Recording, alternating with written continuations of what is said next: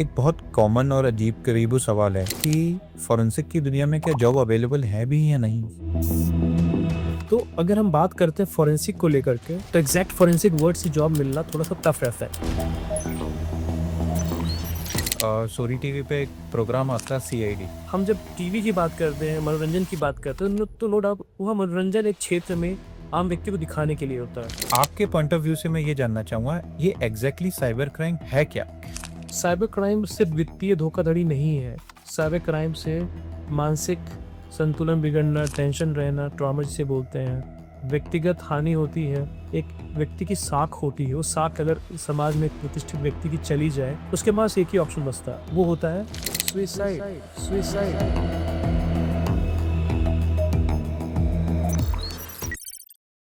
Sir, 15 साल के career में आपने इस देश को बहुत योगदान दिया है एक फॉरेंसिक के फील्ड में। हम लोग उसी के जरिए से आपसे जानते हैं। एक बहुत कॉमन और अजीब करीबू सवाल है कि फॉरेंसिक की दुनिया में क्या जॉब अवेलेबल है भी या नहीं। सबसे पहले तो मैं कहना चाहूँगा कि फॉरेंसिक के काफ़ी एरियाज़ हैं। लाइक अगर हम डिजिटल फॉरेंसिक की बात करते हैं, साइबर फॉरेंसिक की बात कर जिसे हम कंप्यूटर फॉरेंसिक भी कहते हैं, तो बिल्कुल इस क्षेत्र से मैं कनेक्ट रहता हूँ। तो इस क्षेत्र में काफ़ी ज़्यादा जॉब की संभावनाएँ भी हैं और देखा जाता है कि साइबर की जगत में व्यक्ति आजकल साइबर सिक्योरिटी, इंफॉर्मेशन टेक्नोलॉजी जैसे चीज़ों में VAPT, vulnerability assessment, ethical hacking और आप कह लीजिए कॉम्प्लायंस, GRC जैसे क्षेत्र काफ़ी चीज़ें आती हैं। तो अगर हम बात करते हैं फॉरेंसिक को लेकर के, तो एग्जैक्ट फॉरेंसिक वर्ड से जॉब मिलना थोड़ा सा टफ रहता है। तो अगर हम समझते हैं कि फॉरेंसिक के अंतर्गत चीज़ें क्या आती हैं, जैसे मान लो मैलवेयर एनालिसिस, मैलवेयर के बारे में स्टडी करते हैं, डिस्क के बारे में, एरर रिकवरी के बारे में बात करते हैं। साथ ही साथ कभी कोई इंसिडेंट अगर हो जाता है, उसको अगर हम लोग फाइंडिंग करते हैं, इंसिडेंट को रिस्पॉन्स करते हैं, कोई ऐसे काफ़ी चीज़ें जो इंटरकनेक्टेड हैं। तो अगर कोई व्यक्ति IR रिस्पॉन्स की बात करते हो, that is a part of forensic itself. तो ऐसे एक मानसिकता होती है कि अगर हम किसी स्पेसिफिक क्षेत्र को फाइंड करते हैं जॉब के लिए, तो स्वाभाविक है वो चीज़ें हमें मिलती हैं। अब जैसे मैनुअल के बारे में कोई स्टडी कर रहा है, तो रिवर्स इंजीनियरिंग जैसी कॉन्सेप्ट्स होते हैं कि कोई व्यक्ति ये पता करता है कि किसी सॉफ्टवेयर में, किसी वेबसाइट में, किसी टूल में क्या खामियां हैं। तो खामियां मतलब आप फाइंड कर रहे हो कि इसमें क्या बग्स है, क्या वीकनेस है। साथ ही साथ आपको थोड़ी प्रोग्रामिंग के लैंग्वेज की नॉलेज होनी चाहिए, मैनुअल लैंग्वेज की। साथ ही साथ आप ये जानते हैं कि भारतवर्ष में या किसी क्षेत्र में या किसी ऑर्गेनाइजेशन में यह मैनुअल अटैक पूरा रहा है। तो वह अटैक एट कोई एग्जीक्यूटेबल फाइल है, EXE फाइल है, कोई APK फाइल है, मोबाइल पर्सपेक्टिव, तो ऐसे ऐसे करके पूरे मैलवेयर के बारे में, तो इट्स एन एरिया। तो malware forensic, malware expert, malware analyser, researcher करके ऐसी जॉब्स भी आती है। सो आंसर यही कहेगा कि एग्जैक्ट फोरेंसिक ना कहते हुए और एरियाज को हम एक्सपेंड करते हैं, सर्च करते हैं, चेक करते हैं, तो बिल्कुल हमें जॉब्स मिलती हैं। और ऐसे जॉब्स आप नेट पे नॉर्मली चेक भी कर सकते हैं, फाइंड भी कर सकते हैं। विदेशों में तो ये चीज़ों काफ़ी ज़्यादा प्रचलन भी है और हर क्षेत्र के लिए अलग डोमेन्स में जॉब्स हैं इसमें। सर, इसमें हमने कभी कभी एक बड़ा अनोइंग सी चीज़ है, समझ नहीं आती। जैसे हमने सोरी टीवी पे एक प्रोग्राम आता CID। ओके थे। तो उसमें क्या होता था कि CID में देखते थे कि वो जो कुछ ना कुछ ऐसे एक्सपेरिमेंट करे, वो फॉरेंसिक का पार्ट है। या कभी कभी हमने ये भी देखा गया है कि कोई डिजिटली जो चीज़ें हैं ओके। उनको मद्देनजर रखते हुए एविडेंस को या किसी कोई भी ऐसे तथ्य को निकालना, वो एक फॉरेंसिक का पार्ट है कि या एक दूसरे से मिले हुए कार्य हो। देखो, फोरेंसिक का सिंपल नियम है स्टैंडर्ड, जो एक साइंटिफिक मेथड होता है रिकवरी के लिए, इन्वेस्टिगेशन के लिए, प्रोसीडिंग के लिए, कानून में लाने के लिए। और साथ ही साथ जो टूल्स और टेक्नोलॉजी आप यूज़ करते हैं, दोनों का मिक्स करते हो, स्टैंडर्ड टूल्स को, साइंटिफिक मेथड को, तब जाकर के एक सक्सेसफुल फोरेंसिक रिजल्ट बनता है। That is clear.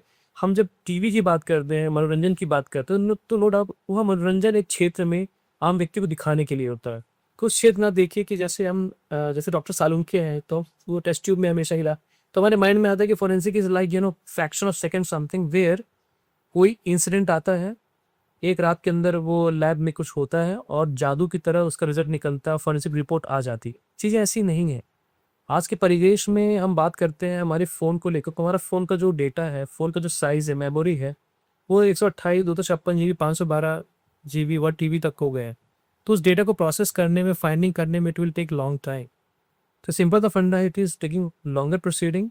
और जो नॉलेज है फोरेंसिक की, वह इन 2 चीज़ों पे ही वर्कआउट करती है। तो मैं देखता हूँ कि आज के परिवेश में जो हमारे एक्सपर्ट्स हैं, तो या तो वो टेक्निकली साउंड होंगे टूल वाइज़, या तो वो स्टैंडर्ड लॉ, साइंटिफिक मेथड को ज़्यादा, वो प्रिजर्वेशन को ज़्यादा फ़ोकस करते होंगे, यानी बेस्ट प्रैक्टिसेस को। पर हम तो दोनों कंबाइन करते हैं, और साथ ही साथ अपना जो ह्यूमन आईक्यू है, बेसिकली जो साइबर क्राइम की जो नई नियम है, कि साइबर क्राइम की नए मोडस ऑपरेंडी हैं, जब उसको कनेक्ट करते हो, तब जाकर के आप सक्सेसफुल रिजल्ट लेकर के आते हो साइबर क्राइम में, या सक्सेसफुल फोरेंसिक फाइंडिंग्स लेकर के। और फाइंडिंग की हर चीज़ है, फाइंडिंग फैक्ट ही बताता है कि एग्जैक्टली सक्सेसफुल साइबर फोरेंसिक क्या कहलाता है। सर आज की दुनिया में एक वर्ड है साइबर क्राइम, तो सबसे ज्यादा राइज कर रहा है किसी न किसी के माइंड में। तो आपके पॉइंट ऑफ व्यू से मैं ये जानना चाहूंगा, ये एग्जैक्टली साइबर क्राइम है क्या? देखो, बड़ा अच्छा क्वेश्चन पूछा आपने। साइबर क्राइम तो हर बच्चे के मुख में, माइंड में, हर जगह साइबर क्राइम मतलब कोई साइबर फ्रॉड हुआ। गांव गिरोह में अगर आप साइबर की बात करते हैं, तो लोग बोलते हैं कि आप फोन ट्रैक करते हो, फोन ट्रेस करते हो, फोन डूब गया है, मतलब cyber crime, that is with cyber, this is the area. Cyber crime का 2 चीज़ मैं कहना चाहूँगा इस प्लेटफॉर्म के माध्यम से। साइबर क्राइम सिर्फ वित्तीय धोखाधड़ी नहीं है। साइबर क्राइम से मानसिक संतुलन बिगड़ना, टेंशन रहना, ट्रॉमा जिसे बोलते हैं, व्यक्तिगत हानि होती है। एक व्यक्ति की साख होती है, वो साख अगर समाज में एक प्रतिष्ठित व्यक्ति की चली जाए, उसके पास एक ही ऑप्शन बचता है, वो होता है सुइसाइड। तो ऐसे काफ़ी चीज़ें हैं जहाँ पे लोग साइबर क्राइम में वित्तीय धोखाधड़ी के शिकार के हुए हैं। साथ ही साथ उनकी लाइफ, उनका ह्यूमन लाइफ जो है वो भी चली गई है। कैसे चीज़ों को लाइटली ना ले। आपने साइबर क्राइम की बात कही है, तो जैसे मेरा जो डोमेन रहा है साइबर क्राइम का भी रहा, तो मैंने एक चीज़ नोटिस की है कि भारतवर्ष में चाहे घर हो, चाहे गांव हो, चाहे सिटी हो, चाहे एक बड़ा प्रदेश है, कोई राज्य है, सभी लोग डिवाइस यूज़ करते हैं। मोबाइल जिसे कहते हैं, स्मार्टफोन, लैपटॉप यूज़ करते हैं, और इसे हम लोग डिजिटल बॉम्ब भी कहते हैं मेरे हिसाब से, क्योंकि ये डिजिटल बॉम्ब है। ये रात भर में आपको सेलिब्रिटी से, हीरो से क्या बना सकता है, और रात भर में आपको चीज़ें खराब भी कर सकता है, छवि भी बिगाड़ सकता है, क्योंकि फोरेंसिक की डिजिटल फुटप्रिंट्स रहती हैं उसमें। तो सिंपल भाषा में समझिए कि भारतवर्ष में अगर एक गांव का व्यक्ति, लड़का भी अगर वो फ़ोन लिया है, वो भी रील टिकटॉक देख रहा है, जो सीपी कनॉट प्लेस जैसे मेट्रो सिटी का जो बड़ा जगह है, वहाँ पे वो मोबाइल पे वही कंटेंट कंज्यूम कर रहा है। तो जब दोनों कंज्यूम सेम कर रहे हैं, सेम इंटरनेट है, तो गांव वाला व्यक्ति जो है, पुलिस से उतनी अवेयर नहीं है, पर वो भी शिकार हो रही है उसी क्राइम की, शहर वाला भी वही हो रहा है। तो साइबर क्राइम पे नैरेटिव बदलते रहते हैं। आज के परिवेश में बॉस स्कैम काफ़ी ज़्यादा चल रहा है, जहाँ पर वह व्हाट्सएप के माध्यम से, व्हाट्सएप वेब के माध्यम से एक जिप फाइल भेजते हैं। वह एक मैलिशियस फाइल होती है जो विंडोज़ ऑपरेटिंग सिस्टम को कंप्रोमाइज करती है ब्राउज़र के माध्यम से, और अकाउंट टेक ओवर हो जाता है। तो ऐसे नए नैरेटिव आते रहते हैं। तो साइबर क्राइम, डिजिटल क्राइम, ये चीज़ें चलती रहेंगी, अवेयर होना पड़ेगा। विदेशों में अलग तरह के क्राइम्स होते हैं, भारत में अलग तरह के होते हैं। और एक चीज़ और बता दूं मैं कि साइबर क्राइम को देखते हुए गृह मंत्रालय का भी एक इनिशिएटिव है, पहल है, जो ये कहता है कि एक प्लेटफॉर्म है साइबर दोस्त, CYD या DOST, जो एक साइबर क्राइम अवेयरनेस मैकेनिज्म है, जो Indian cyber crime coordination centre के माध्यम से चल रही है, जो लोगों को बताती है कि भारतवर्ष में साइबर क्राइम के क्षेत्र में नए नैरेटिव क्या आ रहे हैं, नए मैकेनिज्म्स क्या आ रहे हैं, इससे कैसे बचना है, इसको फॉलो कर सकते हैं। और 1930 हेल्पलाइन नंबर भी है, 1930 जिसे कहा जाता है, जो हेल्पलाइन नंबर नेशनल लेवल का है। और अगर इससे भी चीज़ें नहीं होती हैं, तो आप वेबसाइट पे रिपोर्ट भी कर सकते हैं, cybercrime.gov.in। तो ऐसे काफ़ी चीज़ें हैं। तो आपके आंसर को मैं दोबारा अगर कनेक्ट करता हूँ, तो विदेशों में होता है रोमांस स्कैम। अब इंडिया में रोमांस स्कैम तो छोड़िए, पता नहीं क्या क्या स्कैम्स हो जाते हैं, राइट। वो तो एक अलग ही चैनल है। बट थिंग्स आर, तो हमारे यहाँ पे लोग अक्सर इंटरनेट के शिकार होते हैं, सोशल मीडिया फ्रॉड्स होते हैं, फाइनेंशियल फ्रॉड्स होते हैं, ब्लैकमेलिंग होती है, डिजिटल अरेस्ट। कभी सुना है विदेशों में digital arrest? So this is the answer of your question, I believe. या सर लास्ट में कंक्लूड करते हुए कि साइबर क्राइम तो सभी के साथ हो रहा है, लेकिन एक मेल पॉइंट ऑफ व्यू से सबसे ज़्यादा हनी ट्रैपिंग के मेल ज़्यादातर आजकल शिकार हो रहे हैं। डिजिटल अरेस्ट, टेररिज्म, बहुत सारी ऐसे एक्सेट्रा क्राइम्स हैं। तो उसमें आप सर सेफ्टी टिप्स ज़रूर बताइए, ताकि आपके पॉइंट ऑफ व्यू से हम समझ पाएँ कि हम ये चीज़ करें तो हम साइबर क्राइम से कई हद तक बच सकते देखिए, बड़ा अच्छा क्वेश्चन है, और मैं यही कहूँगा कि साइबर क्राइम में 2 चीज़ें बड़ी इंपॉर्टेंट है, जो मैंने पहले कही कि साइबर दोस्त जैसे प्लेटफॉर्म को, इनिशिएटिव को फॉलो कर ली, क्योंकि ये सरकार की दी हुई एक ऐसी सेवा है जो फ्री है। इसका कोई ऐसा मनी पर्सपेक्टिव चीज़ें नहीं है। अवेयर रहेंगे तो बचेंगे।